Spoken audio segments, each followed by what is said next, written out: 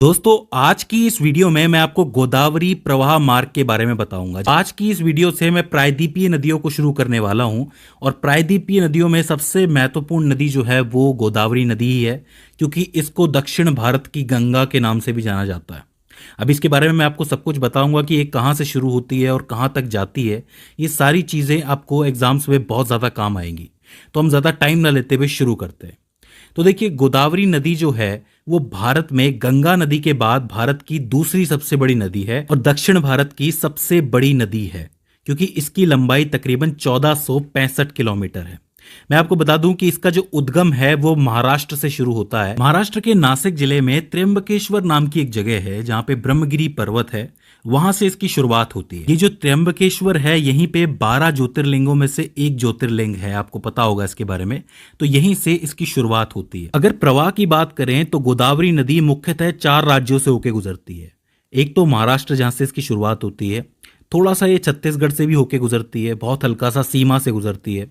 फिर ये तेलंगाना जाती है, आंध्र प्रदेश जाती है और आंध्र प्रदेश से ये बंगाल की खाड़ी में जाती है। इस नदी के तट पर बहुत से महत्वपूर्ण शहर बसे हुए हैं, जैसे कि नासिक, नागपुर, औरंगाबाद, नांदेड़, बालघाट और राजमुंद्री। तो अपने आप में एक बहुत ही जरूरी नदी हो जाती है। इसके अलावा मैं आपको बता दूं कि ये जो पूरा दक्षिण भारत का एरिया है उसमें ज्यादातर जो पानी है वो इसी की तरफ बहना शुरू करता है, क्योंकि आपको पता होगा कि ये जो एरिया है वो थोड़ा सा इस पूर्वी घाट की तरफ झुका हुआ है, तो ज्यादातर पानी जो है वो पूर्वी घाट की तरफ ही जाता है।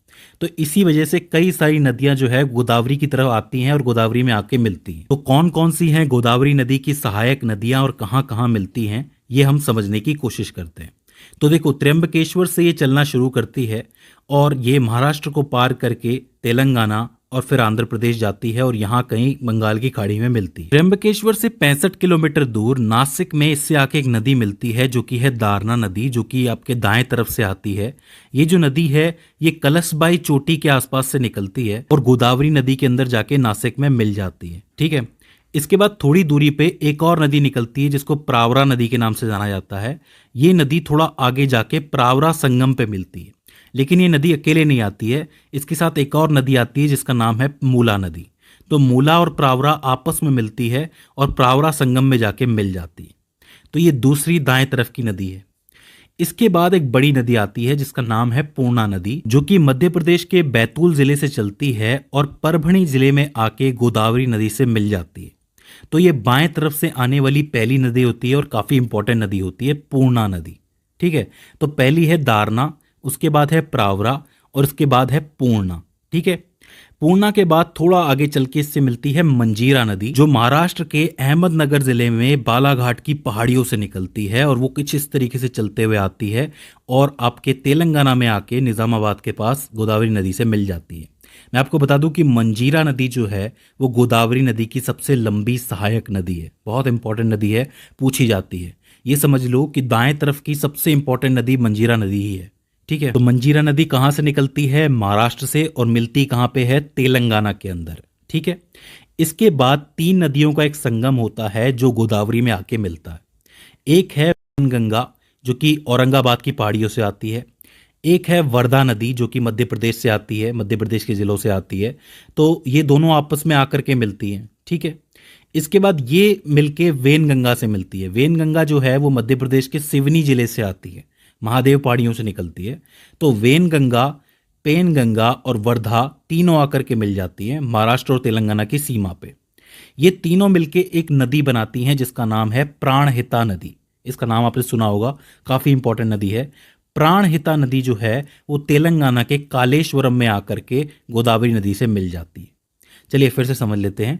पहले पेनगंगा निकलती है और फिर वर्धा निकलती है, दोनों आपस में मिल जाती हैं। फिर ये आगे चल के वेनगंगा से मिलती हैं और प्राणहिता नदी बनाती हैं। ये प्राणहिता नदी जो है वो तेलंगाना के कालेश्वरम में जाके गोदावरी से मिल जाती है। तो एक काफी इंपॉर्टेंट 3 नदियों का संगम है जो मिलता है गोदावरी से। तो इस चीज को आपको याद रखना। ठीक है, तो यहां तक हमारी एक बात पूरी हो जाती है। इससे थोड़ा आप आगे जाओगे तो यहीं से ऊपर की तरफ से बाएं तरफ से ही इंद्रावती नदी आती है। इंद्रावती नदी ओडिशा के कालाहांडी जिले से निकलती है और ये भी जाके आपके गोदावरी नदी में मिलती है। कहाँ जाके मिलती है?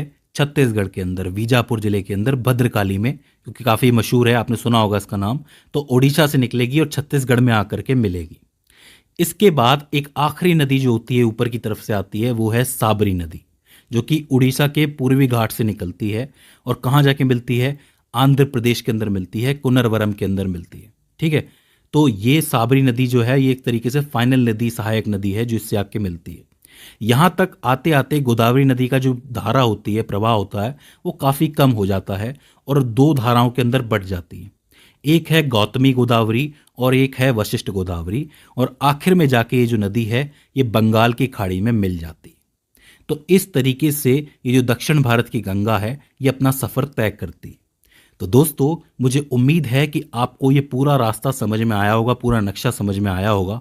अगर इसके बाद भी इसके अंदर आपको कोई क्वेरी आती है तो आप हमें कमेंट सेक्शन में बता सकते हैं। तो दोस्तों, आज की इस वीडियो के अंदर बस इतना ही।